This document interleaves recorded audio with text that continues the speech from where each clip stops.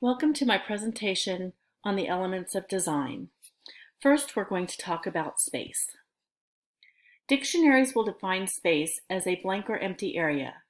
In design, it is the area around, within, above, below, behind the objects in the design. There are two types: a positive, which is filled space, or the objects in the design, and the negative, the empty or open space. This is the space between objects, usually the background. Space can exist in either 2 or 3 dimensions.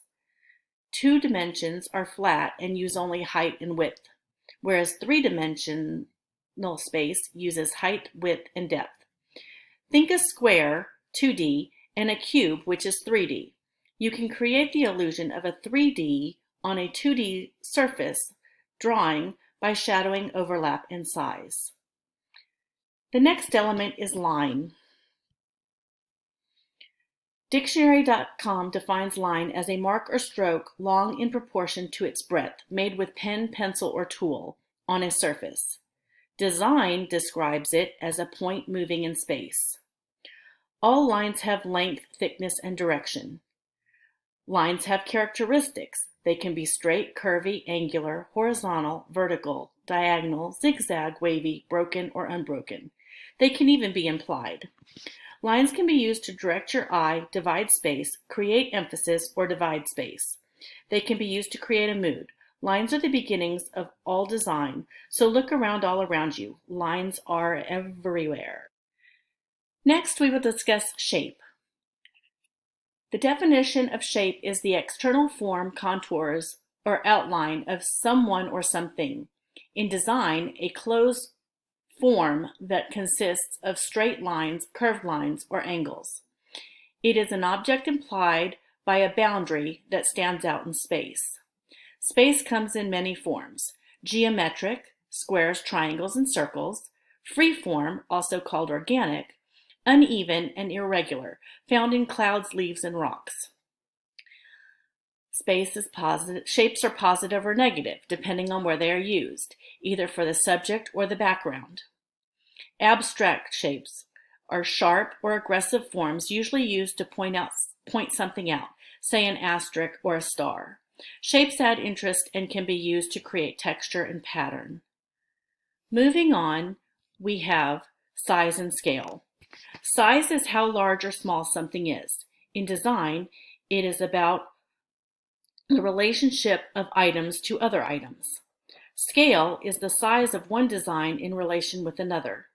Scale creates a type of hierarchy between the items in your design. It tells the person viewing what to look at and when, basically where their focus should be. The fifth element we will discuss is color.